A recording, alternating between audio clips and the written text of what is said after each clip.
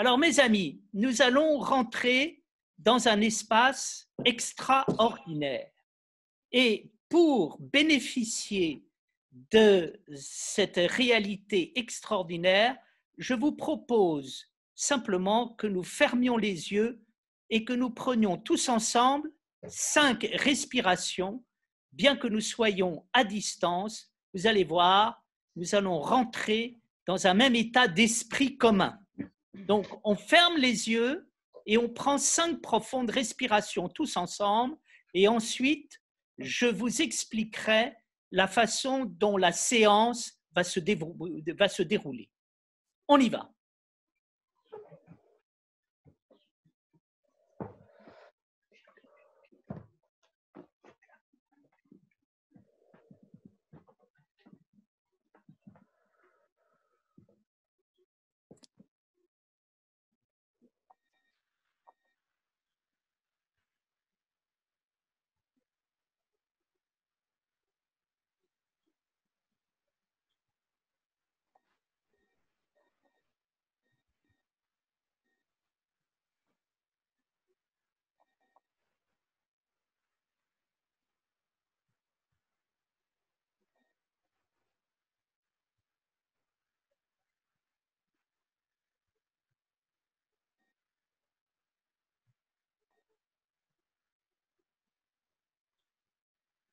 Merci beaucoup.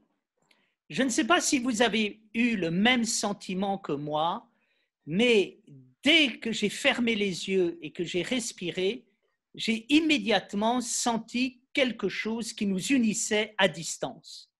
Vous me direz si vous avez ressenti la même chose. Alors, voilà la façon dont nous allons procéder dans cette séance aujourd'hui. Nous avons 1h30 à passer ensemble. Je vous propose 2 moments dans cette séance. Premier moment, je vais apporter quelques propositions pour comprendre la notion de carême, puisque c'est cela que vous avez souhaité. La fois prochaine, nous parlerons de l'Eucharistie et puis nous parlerons de la résurrection. Pour vous parler, et puis dans un deuxième temps, vous pourrez poser toutes les questions que vous voulez et je tâcherai d'y répondre avec mes moyens.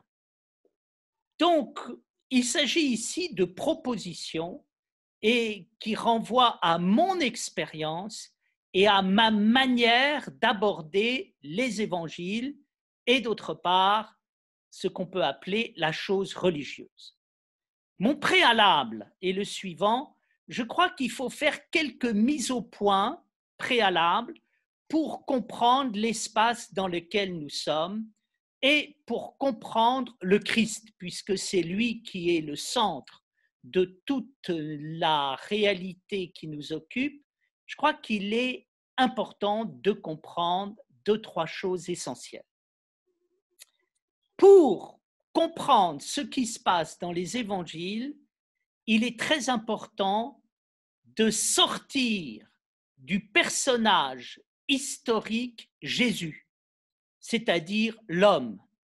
Et pour cela, il importe de prendre à rebrousse-poil la tendance qui existe depuis des dizaines d'années dans le monde occidental et qui est de ramener le Christ uniquement à ses aspects humains et historiques.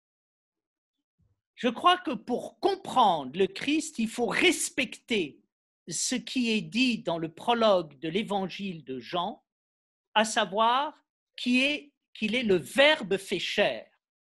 Ça veut dire quoi? Ça veut dire qu'il est la réunion du divin et de l'humain, du terrestre et du céleste. Alors vous pourrez me poser la question, qu'est-ce que ça veut dire le terrestre, le céleste, et en quoi ça peut se raccrocher à l'expérience qui est la nôtre? Je pense que ça se raccroche totalement à l'expérience qui est la nôtre si nous partons de la réalité et si nous comprenons comment le Christ s'inscrit parfaitement dans la réalité. Pour comprendre la réalité, il est très important d'avoir à l'idée les deux éléments qui constituent la réalité, ou plutôt les trois éléments qui constituent la réalité. Le premier élément, c'est l'élément visible, tangible, sensible.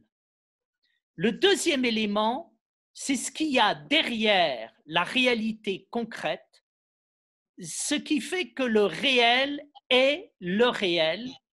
Cela s'appelle l'énergie, la force créatrice qui fait que ce qui est ce qu'il est. Cette énergie créatrice, je ne la vois pas, mais j'en perçois les effets. Derrière tout ce que nous percevons, il y a une force productrice invisible qui permet à tout d'exister et d'être ce qu'il est. À partir du visible et de l'invisible, nous avons le moyen. Ça va? Oui. Bon, on accueille juste Gérard qui vient d'arriver. Il a enfin réussi à se connecter. Bonjour Gérard. Bonjour voilà. Gérard. Bonjour Gérard. Bonjour Gérard et Francine. Voilà. Bonjour. Désolé pour cet incident technique. C'est pas grave. Il n'y a pas de mal. Je reprends mon propos. Je disais que la réalité se compose du visible et de l'invisible. Le visible, la réalité sensible, et puis ce qu'on peut appeler la cause, le principe créateur qui se trouve derrière le visible et qui fait que ce qui est ce qu'il est. Dans notre expérience humaine, il y a un point de rencontre entre le visible et l'invisible. Ce point de rencontre, c'est ce qui se passe à chaque fois que nous sommes dans la présence. Quand je suis présent à ce qui est, il se passe deux choses.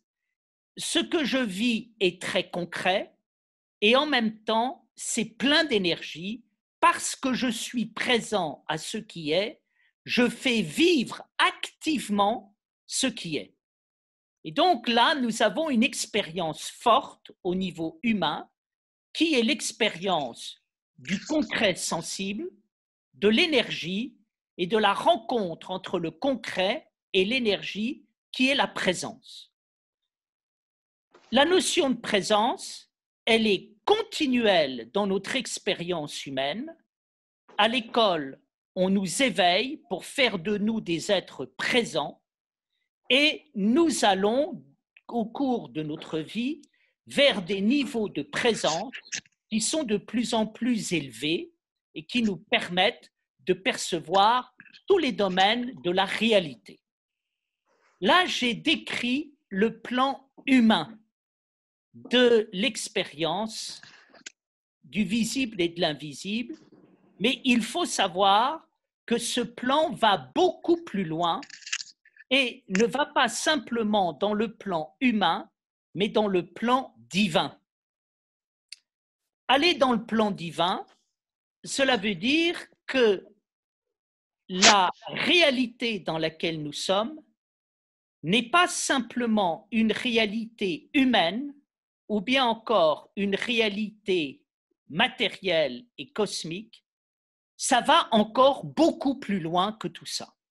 C'est ce que j'appellerais le plan divin de l'existence. Le plan divin de l'existence, nous savons où il commence, nous ne savons pas où il finit.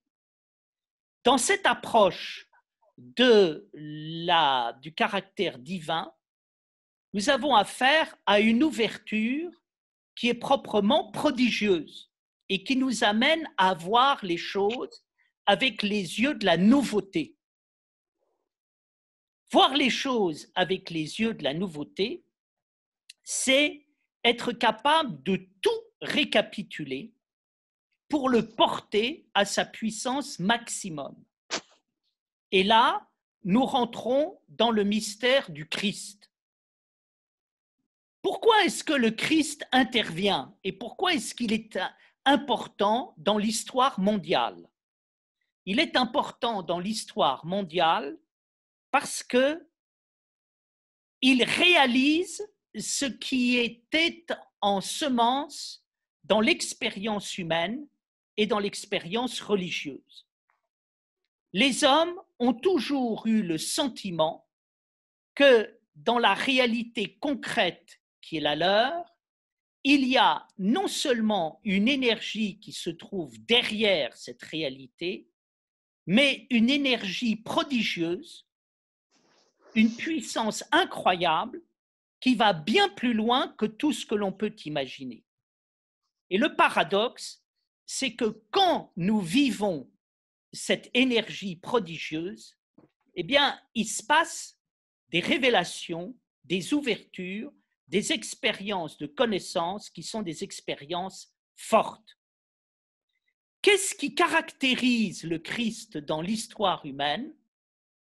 C'est tout simplement, on pourrait dire, la confirmation de ce que les hommes ont pensé. Je me formule les choses ainsi. Les hommes se sont toujours demandé si Dieu existe et s'il y a quelque chose de divin dans l'existence. Et tout d'un coup, un homme appelé Jésus vient et vient vous dire tout ce que vous avez pensé sur Dieu, eh bien c'est vrai, c'est juste, vous n'avez pas eu tort de le penser et moi, je suis venu vous le dire parce qu'à travers moi, c'est le ciel qui parle. Et donc, nous rentrons ici dans quelque chose qui est incroyable du point de vue de l'histoire humaine. Les hommes se sont demandé si le ciel existait et le ciel en personne vient sur la terre pour expliquer qu'on n'a pas rêvé quand on a pensé à cette relation entre le visible et l'invisible.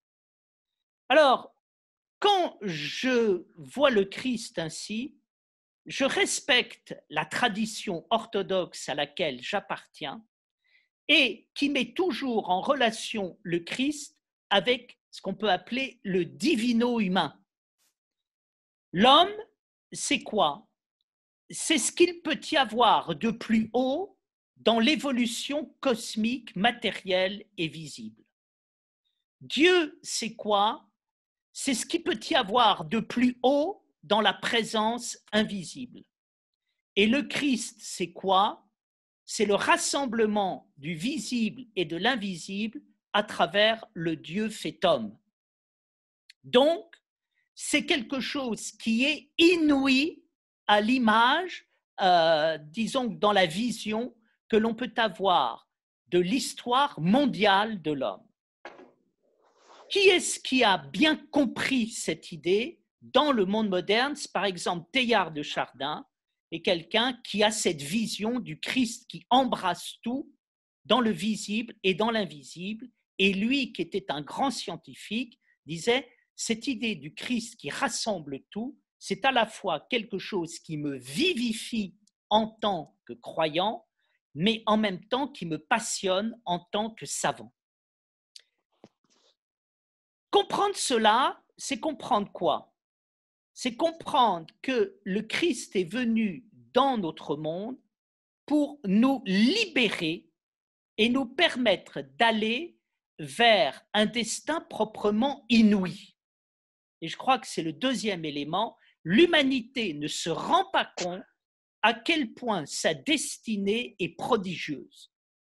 Et au cours de l'histoire, il y a eu régulièrement des prophètes, des sages, qui sont venus pour expliquer aux hommes qu'il était urgent qu'ils aillent dans le plan spirituel d'eux-mêmes afin de pouvoir aller vers leur destinée qui est proprement prodigieuse. Par là même, nous comprenons quoi? Nous comprenons ce que peut vouloir dire la mort et ce que peut vouloir dire la résurrection. La mort, ce n'est pas simplement la mort physique. La mort, c'est ce qui se passe quand l'homme est totalement coupé de sa destinée créatrice. Et la résurrection, c'est ce qui se passe quand l'homme passe de la mort à la vie et qu'il renoue avec sa destinée créatrice et totalement neuve. Vous avez cette parole du Christ qui dit je suis venu faire toute chose nouvelle. Et je crois qu'il faut prendre ici cette notion de nouveauté, il faut la prendre très très au sérieux, c'est-à-dire le mystère du Christ a du sens si ça nous permet de voir les choses telles qu'on ne les a jamais vues, telles qu'on ne les a jamais entendues.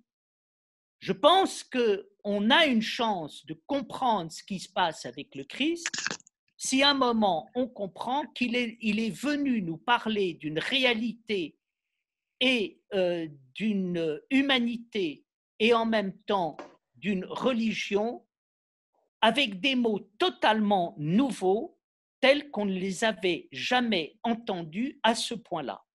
La preuve, lorsque le Christ, à l'âge de 12 ans, monte à Jérusalem avec ses parents, il discute pendant 3 jours avec les docteurs de la loi et là, le monde autour de lui est étonné de ce qu'il dit. Et en permanence, dans les évangiles, vous avez des passages où le Christ étonne la foule et il étonne le monde autour de lui par son enseignement. Donc, premier point dans l'analyse, je ne sais pas si j'ai été assez clair, nous y pourrons revenir, mais je crois que si nous comprenons que le Christ n'est pas simplement un homme historique, mais qu'il est la manifestation de la rencontre entre le plus haut aspect de l'humain et le plus haut aspect de l'invisible et du divin, à travers, on pourrait dire, la réalité ou la rencontre ou la présence la plus extraordinaire qui soit, il y a des chances que nous comprenions quelque chose à l'Évangile. En termes de méthodologie, voir ainsi les choses avec les yeux de l'extraordinaire, ce n'est pas quelque chose que je fais pour m'exalter, m'étourdir, mais que je fais pour devenir extrêmement attentif. Alors maintenant, passons au deuxième élément de notre séance d'aujourd'hui, à savoir le sens du carême. Le sens du carême précède la résurrection. Et il est très important de comprendre ici qu'il s'agit d'un geste extrêmement profond dans l'humanité. Il y a des années de cela, j'ai lu un livre de Roger Caillois qui s'appelait « Le Sacré ». Et dans « Le Sacré », Roger Caillois disait que le monde du sacré, c'est-à-dire ce qu'on appelle les sociétés traditionnelles, qui sont mues par les mythes, est structuré autour de 2 éléments. D'une part, l'ascèse et d'autre part, la fête. Et donc, dans le sacré, ce qui permet aux hommes de vivre, c'est de vivre des moments qui sont des moments de restriction alimentaire, des moments de travail, des moments de jeûne qui précèdent en quelque sorte le défoulement festif. Je crois qu'il y a ici quelque chose d'important, vu par Caillois, qui est de dire que la relation entre l'ascèse et la fête est vitale pour l'être humain. L'être humain a besoin de travailler et l'être humain a besoin de se réjouir. S'il ne fait que se réjouir, c'est une catastrophe. Et s'il ne fait que travailler, c'est une catastrophe. Et donc, la construction du temps à travers l'ascèse et la fête est importante. Donc, on peut dire que dans l'expérience du carême, on renoue ici avec un geste vital pour la psychologie collective qui est de passer par un moment de jeûne afin de pouvoir mieux ensuite faire la fête. Bien, ça c'est un premier élément. Simplement en disant ça, je pense qu'on a un tout petit aspect de l'expérience humaine et il manque quelque chose d'essentiel. C'est pour ça qu'il convient de se tourner vers la Bible, le récit de l'Exode, et de réfléchir sur ce passage où il est dit la chose suivante. Moïse a sorti son peuple d'Égypte et de la captivité en Égypte. Il l'a emmené dans le Sinaï, et quand il l'emmène dans le Sinaï, que se passe-t-il? Le peuple juif est mécontent. Il regrette sa vie en Égypte et il commence à se plaindre en disant qu'en Égypte, ils avaient de quoi manger, alors que dans le désert, il n'a rien à manger. Ce mécontentement vient aux oreilles de Dieu qui décide de réagir, et que se passe-t-il? Il envoie 2 fois plus de nourriture au peuple juif dans le Sinaï que celui-ci n'en avait en Égypte. Et là, nous avons une signification complètement nouvelle de la notion d'ascèse. La traversée du désert du peuple juif donne l'impression d'être une épreuve extrêmement douloureuse.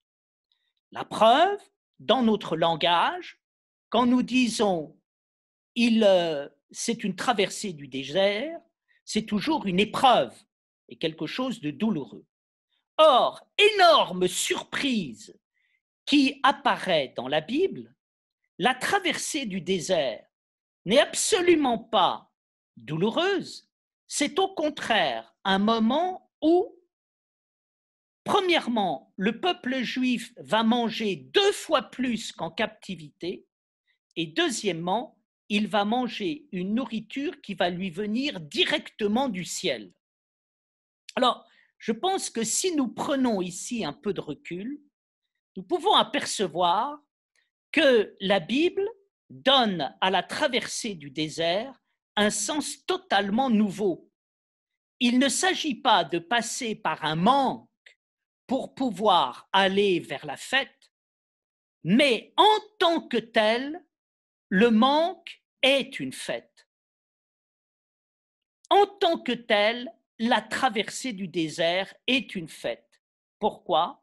Parce que le peuple juif va apprendre à se nourrir autrement. Jusqu'à présent, en Égypte, il avait connu les nourritures matérielles de l'Égypte, mais également les nourritures culturelles de l'Égypte, étant donné que l'Égypte est une grande civilisation extrêmement raffinée, avec une culture et une culture religieuse puissante. Or, qu'est-ce qui se passe? Dans le désert, Dieu fait rencontrer au peuple juif une autre nourriture, et une nourriture 2 fois plus nourrissante, et qui ne vient pas simplement du monde humain et du monde matériel. Donc, je crois que c'est très important d'apercevoir qu'avec la Bible, il y a une mutation dans la notion d'ascèse et de jeûne que l'expérience humaine connaît. Cette mutation me paraît la suivante: on se vide des choses humaines et des choses terrestres, non pas simplement pour mieux faire la fête et ainsi se défouler, mais pour pouvoir découvrir une autre nourriture et une autre source de nourriture. Et là, il est nécessaire de comprendre ici ce que veut dire manger et ce que veut dire boire. Je crois que si on veut comprendre la notion du carême, il faut bien avoir à l'esprit qu'il y a différentes manières de manger et boire. J'en vois pour moi 3. Premièrement, il y a la nourriture et la boisson que nous consommons tous les jours et qui relèvent de l'ordre de la restauration et de la désaltération. Intéressant de savoir pourquoi nous mangeons. Nous mangeons comme nous dormons parce que nous devons recréer en permanence tous les jours l'homme que nous sommes. Et c'est important d'apercevoir que comme dans une vision religieuse, comme l'homme est soutenu par une énergie religieuse et une énergie créatrice, L'énergie créatrice n'est jamais vieille. Elle est toujours neuve. C'est la raison pour laquelle il nous faut refaire nos forces et nous désaltérer en permanence pour demeurer dans l'énergie créatrice. Donc ça me paraît important. Le deuxième point, dans l'expérience de manger, manger nous fait communiquer avec quelque chose de créateur à travers les nourritures que nous savourons tous les jours, ainsi que la boisson. Mais je crois qu'il y a le deuxième élément créateur, c'est l'expérience de dévorer. Lorsque nous vivons vraiment, nous dévorons les choses, et dévorer les choses veut dire qu'on les vit vraiment. C'est pas lorsque un livre nous passionne, nous le dévorons. Lorsqu'un discours nous passionne, nous buvons les paroles, nous buvons, nous dévorons. Ça veut dire quoi? Nous sommes ici dans la construction de l'homme intérieur et pas simplement dans la préservation de l'homme extérieur. Et nous apercevons que manger et boire est essentiel pour l'intériorité. Jamais nous ne sommes autant intérieurs à nous-mêmes que quand nous mangeons et quand nous buvons.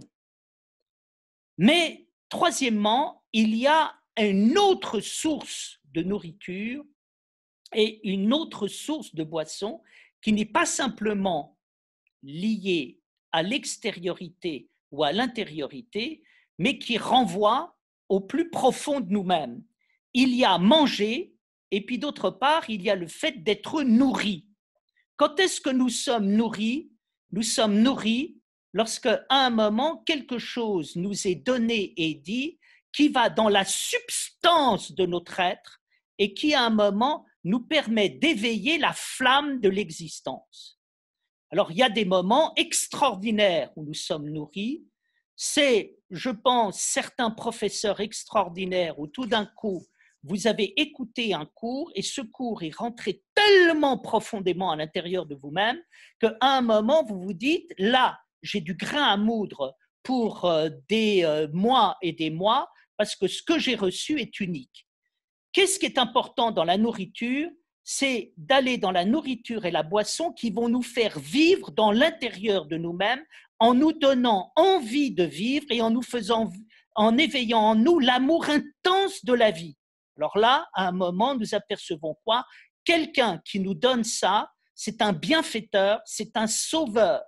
Et je crois que nous souffrons énormément de ne pas rencontrer des paroles qui nous touchent au fond du cœur et nous sommes émerveillés quand nous pouvons recevoir de telles paroles. Je pense que si le Christ, à un moment, a passionné les foules autour de lui, c'est que tout d'un coup, ceux qui l'écoutaient ressortaient vivants de son discours, ils étaient émerveillés et surtout, quand vous entendez certains discours, vous n'avez plus aucun chagrin, vous n'avez plus aucune tristesse et vous pouvez traverser les épreuves de la vie, vous avez une force intérieure. Alors, petite parenthèse, aujourd'hui, ce qui nous permet de tenir à l'intérieur de l'épreuve que nous vivons, c'est les paroles extrêmement fortes à l'intérieur de nous-mêmes qui nous permettent de traverser cette épreuve.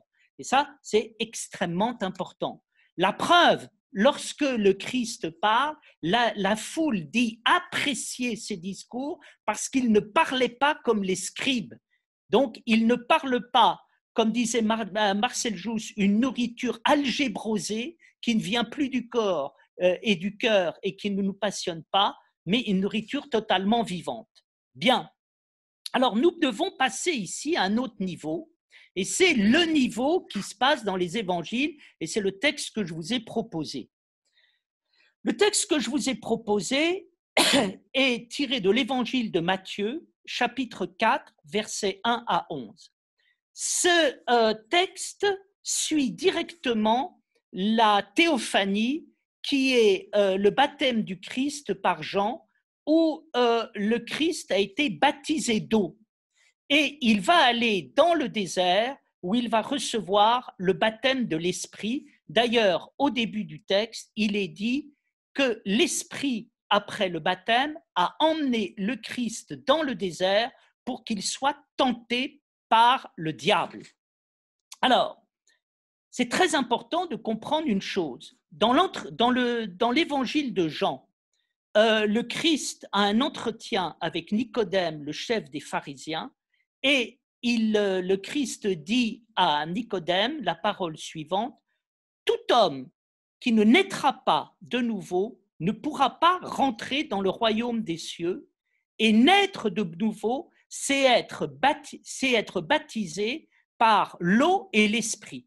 Eh bien, si vous regardez le texte que je vous ai proposé, nous sommes exactement dans la continuation du baptême du Christ, à savoir, il a été baptisé par Jean avec de l'eau et il doit être baptisé maintenant par l'esprit. Qu'est-ce que c'est que le baptême de l'eau et qu'est-ce que c'est que le baptême de l'esprit? Le baptême de l'eau, c'est la plongée dans les eaux inconscientes qu'il y a dans l'être humain, et l'esprit, c'est ce qui nous permet d'aller vers les énergies surconscientes. L'important, c'est d'aller au-delà de l'homme simplement banalement conscient pour aller vers l'homme totalement vivant. Donc, qu'est-ce que c'est que l'expérience du carême? L'expérience du carême et l'expérience de la quarantaine, c'est l'expérience d'un baptême dans lequel le Christ, à un moment, va faire la rencontre de l'esprit. Deuxièmement, qu'est-ce que ça veut dire? L'esprit emmena le Christ dans le désert pour qu'il soit tenté par le diable. Pour comprendre ce texte, il faut être en référence avec le livre de Job et en même temps avec un autre passage qui est le passage de David et Goliath. Et si nous comprenons ça, nous allons comprendre le baptême de l'esprit que le Christ va vivre dans le désert. Dans l'expérience de David et Goliath, à quoi assistons-nous? David, il y a deux armées, l'armée des Philistins et l'armée des Juifs, qui n'arrivent pas à se départager. Et à un moment, pour se départager, il propose que deux champions se battent l'un contre l'autre. Le champion des Philistins, c'est Goliath, et le champion des Juifs, c'est David. Quelle est la caractéristique de Goliath? Il a une armure qui pèse 60 kilos, il a une flèche qui pèse 8 kilos, il est lourdement armé. Et qu'est-ce qui caractérise David? David enlève sa cuirasse et, parce qu'il ne peut pas se battre avec elle, et là, il va terrasser Goliath. Gardez présent à l'esprit ceci, parce que ça va permettre de comprendre ce qui se passe dans le livre de Job. Dans le livre de Job, Dieu et Satan dialoguent l'un avec l'autre, et Satan veut à un moment, dit la chose suivante à Dieu. Job est un homme remarquable, mais Satan lui dit, c'est normal qu'il soit un homme remarquable, tu as bâti une haie autour de lui. Moi, j'aimerais bien voir ce que donne Job quand à un moment on enlève la haie qui le protège. Et Dieu dit, bien, je vais enlever la haie qui le protège et tu vas voir. Le livre de Job n'est pas du tout un livre dans lequel on a affaire à une sorte d'absurdité du mal où Dieu s'amuserait à faire souffrir Job pour le plaisir de le faire souffrir. Le livre de Job est une préfiguration de ce qu'est le Christ, et en particulier de la victoire de l'homme intérieur qui est capable de pouvoir faire face aux démons. Donc, important, Job enlève sa cuirasse, Job enlève sa haie, et il va affronter le Satan à main nue, et il va le terrasser. Ben, c'est ce qui se passe avec le Christ. Qu'est-ce que veut dire la tentation du Christ au désert?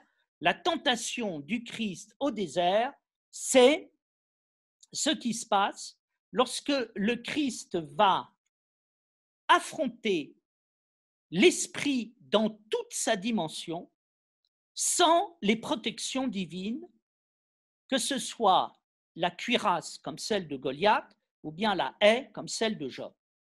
Alors maintenant, prenons le texte, parce que le texte est extrêmement intéressant et va nous permettre de comprendre ce qu'est le carême. Nous voyons bien que le carême, ce n'est pas simplement une ascèse qui permet la fête. Nous voyons bien que le carême, ça peut peut-être être le moment où on mange 2 fois plus et on se nourrit de nourriture céleste, de la manne céleste, et pas simplement de la nourriture humaine. Mais ici, il y a une 3e expérience qui est donnée par le Christ et qui vient enrichir notre approche de cette expérience. Le Christ va jeûner pendant 40 jours et 40 nuits. Qu'est-ce que veut dire le jeûne du Christ? Pendant 40 jours et 40 nuits, il est directement nourri par la parole divine et il ne se nourrit plus de nourriture humaine ou cosmique parce qu'il se nourrit de nourriture divine. Deuxièmement, il y a un petit mot qui est extrêmement intéressant. Après les 40 jours et les 40 nuits de jeûne, le Christ sort du jeûne et qu'est-ce qui se passe? Il a faim. Alors, attention, le mot faim, F-A-I-M, est essentiel. Qu'est-ce que ça veut dire que le Christ a faim? C'est quand même très curieux. Après un jeûne, normalement, on est très affaibli. Et quand on a besoin de manger, on n'a pas à proprement faim. Je crois qu'il faut prendre ici le terme faim au sens fort. Le Christ a jeûné pendant 40 ans, pendant 40 jours et nuits, et il a de l'appétit. Il a un immense appétit. Et cet immense appétit, ça veut dire quoi? Ça veut dire que nourri par la manne céleste et la vie spirituelle, il a des forces débordantes à l'intérieur de lui qui vont lui permettre à un moment d'affronter le Satan et le diable. Qu'est-ce que c'est que le diable à l'intérieur de notre expérience humaine? Il faut voir que le diable fait partie de l'esprit et qu'il est une des composantes de l'esprit. Qu'est-ce qui est diabolique? Ce qui est diabolique, c'est ce qui est terriblement intelligent. Et il faut à un moment, quand on aborde l'esprit, il faut savoir que le terriblement intelligent existe à l'intérieur de l'esprit et il nous faut savoir que ça existe et être plus intelligent que le terriblement intelligent. Donc ça, c'est très, très important. Le Christ va aller dans sa mission terrestre pour pouvoir amener les hommes vers leur vocation et leur nouveauté, et il faut absolument qu'ils soient plus intelligents que le terriblement intelligent. Or, et là, nous avons affaire à cette rencontre avec le terriblement intelligent, et cette rencontre avec le terriblement intelligent va nous permettre de donner l'intelligence qui va nourrir les hommes. Alors, c'est très intéressant d'apercevoir que le diable, qui est l'esprit terriblement intelligent, va poser 3 questions, va proposer 3 choses au Christ. Premièrement, il lui dit, si tu es le Fils de Dieu, transforme ces pierres en pain. Et le Christ répond, l'homme ne se nourrit pas que de pain. Ensuite, le tentateur dit, si tu es le Fils de Dieu, monte au sommet du temple de Jérusalem et saute dans le vide à midi devant toute la foule. Il est dit que des anges seront envoyés pour éviter que ton pied ne heurte une pierre. Et le Christ répond, tu ne tenteras pas, il est écrit, tu ne tenteras pas ton Dieu. Et puis, dernier point, le tentateur l'emmène au sommet d'une montagne, il lui montre la totalité des royaumes et il lui dit « Adore-moi et je te donnerai tous ces royaumes, ils seront à toi. » Et le Christ répond « Il est écrit, tu adoreras ton Dieu et tu n'adoreras pas d'autre Dieu. » Alors là, nous avons affaire à quoi? Nous avons affaire à ce qu'il y a de plus intelligent à l'intérieur de l'humanité et je dirais, quand on essaye de réfléchir sur le destin de l'humanité, nous apercevons quoi autour de nous?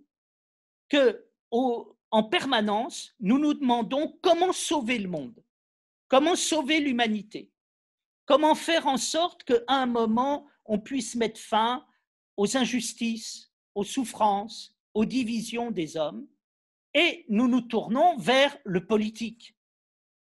Et donc, nous demandons aux politiques de résoudre la question économique, que tout le monde puisse manger, de résoudre également la question idéologique, que tout le monde puisse à un moment se réunir et communier dans la même vision, être fascinés ensemble par la même chose.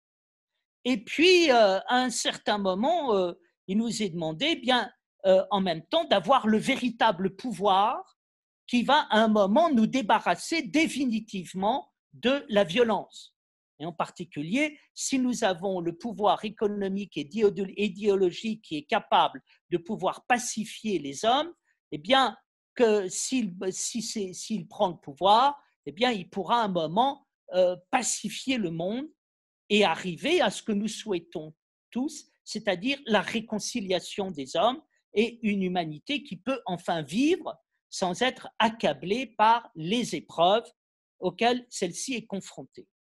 Alors, ce qui est intéressant dans la manière dont répond le Christ, c'est que le Christ ne répond pas personnellement. Il laisse répondre la parole et il montre quoi? C'est tout ce qui est écrit à l'intérieur de la Bible qui va elle-même répondre à l'intelligence. C'est-à-dire que l'intelligence, la terrible intelligence du tentateur va être en quelque sorte mise en défaut par l'intelligence même de la parole biblique. Alors, qu'est-ce qui apparaît à chaque fois? Ce qui apparaît à chaque fois, c'est que l'intelligence du tentateur est toujours une intelligence réductrice qui manque quelque chose. C'est-à-dire que le Christ dit quoi? Je veux bien la nourriture pour les hommes, je veux bien transformer les pierres en pain pour que les hommes se nourrissent. Mais je veux que les hommes se nourrissent totalement. Et donc, ça ne suffit pas. Il ne suffit pas de, à un certain moment, nourrir les hommes économiquement pour pouvoir résoudre le problème de la nourriture. Les hommes ont besoin également d'une autre nourriture. Petite parenthèse, le président Mao Tse-tung avait dit « Il est aussi important de donner un livre à manger aux hommes que de leur donner de la nourriture à manger. » Donc c'est très important. Et là, nous avons affaire à un premier élément. Deuxième élément, le même schéma d'analyse, le Christ, le tentateur dit « Si tu es le Fils de Dieu, saute du haut du temple, la foule sera fascinée, elle croira en toi, elle sera unifiée autour du grand magicien que tu vas être. » Et il est dit, le Christ dit, je veux bien à un certain moment effectivement convaincre les hommes, mais pour qu'ils soient vraiment convaincus, je veux un moment libérer les hommes de la tentation, et en particulier du fait de vouloir à un moment jouer avec Dieu. C'est-à-dire que si on veut vraiment arriver à une unification mentale de l'humanité, bien, il faut faire mieux que les fasciner, il faut aussi, en quelque sorte, les défasciner. Et puis le troisième point, le tentateur lui dit, mais adore-moi et je te donnerai tous les royaumes de ce monde. Et le Christ dit en substance, je veux bien t'adorer, pour résoudre le problème des hommes, il faut plus que le pouvoir, il faut plus que la possession, et quelque part, à un certain moment, il faut ce qu'on appelle, ce qui est dit, adorer Dieu. Or, adorer Dieu, c'est quoi? C'est le deuxième commandement qu'il y a dans le Décalogue, lorsque Dieu dit, premièrement, je suis l'Éternel de Dieu, ton Dieu, et deuxièmement, tu n'auras pas d'autre Dieu que moi. Qu'est-ce que montre le Christ ici, très simplement? Il amène l'humanité à l'accomplissement. Il veut que l'humanité mange, il veut que l'humanité soit effectivement convaincue des choses les plus hautes, il veut que le pouvoir unificateur existe, mais il faut la vraie nourriture, il faut la vraie unité, il faut le vrai pouvoir. Qu'est-ce qui lui permet de pouvoir ainsi renverser de l'intérieur l'esprit de ce qu'on peut appeler l'intelligence, la terrible intelligence? C'est qu'il s'est nourri pendant 40 jours, il est ressorti de là avec un appétit décuplé, et à un certain moment, il laisse cheminer la parole surintelligente qu'il y a à l'intérieur de la Bible et qui vient de cette sagesse divine. Donc, résumons-nous, et nous allons pouvoir en parler tous ensemble. Qu'est-ce que c'est que l'expérience du carême? L'expérience du carême consiste à changer notre niveau d'intelligence et à un moment jeûner au niveau d'une intelligence banale pour aller vers une intelligence créatrice. C'est-à-dire que nous ne sommes plus dans les populations traditionnelles ou dans le monde qui va faire un jeûne pour mieux faire la fête. Nous ne sommes pas non plus dans un monde comme le monde biblique où nous allons manger 2 fois plus et nous nourrir de la manne céleste. Il y a quelque chose d'autre qui nous est demandé, je pense, c'est véritablement de devenir les agents créateurs d'un monde nouveau, c'est-à-dire de permettre de libérer les formes d'extraordinaire intelligence qu'il y a à l'intérieur de la réalité pour pouvoir faire face aux défis qui sont les nôtres. Et donc, je pense qu'il y a dans l'expérience du carême une rénovation de l'intelligence humaine qui permet à un moment de libérer les hommes des déviations de l'intelligence qui les précipitent dans toutes sortes de tribulations. Voilà, chers amis, ce que je vous propose comme base de réflexion afin que nous puissions la partager tous ensemble.